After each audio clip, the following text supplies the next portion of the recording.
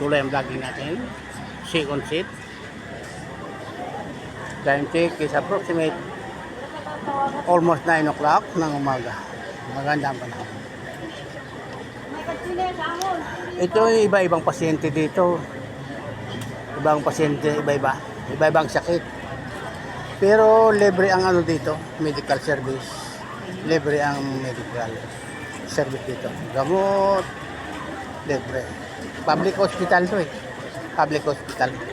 The biggest public hospital in Cagayan Valley. Cagayan Valley Medical Center, CBMC. Yan ang pangalan ng hospital na to. Magandang umaga po. Priority number 171 to 190. Priority number 171 to 190 sa puting upuan. Ay, 180 pala, sorry.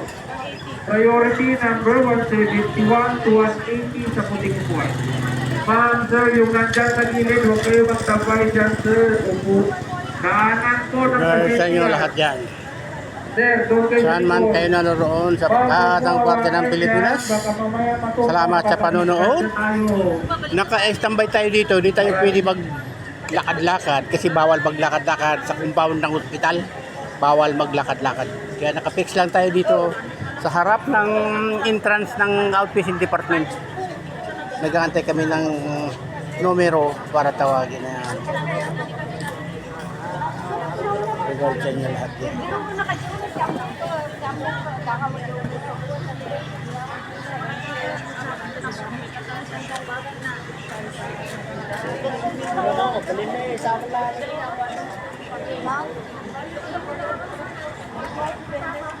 Ang appointment ko, second floor, that building, second floor, family clinic. Yan ang appointment ko. Second floor, family clinic. Pag tinawag yung numero ko na may na-register po, pupunta ko doon sa family clinic, second floor. Yan, second floor niya, no? Yan. Yan ang appointment ko. Yan ang doktor ko, family clinic. Magandang panahon dito. Magandang panahon. Di masyadong mainit. Umulan kagabi. Ang lakas ng ulan kagabi. Back to normal na ang panahon. Hindi na masyadong mainit. Pawala na yung summer. Magandang umaga po. Regular number 191 to 200. Regular number 191 to 200. Sa Brown of 1 na po kayo. Maayos na lang po yung pagkasunod-sunod ng number nyo. Salamat po. For the meantime, isasara ko muna to kasi nakadalawang set na tayo.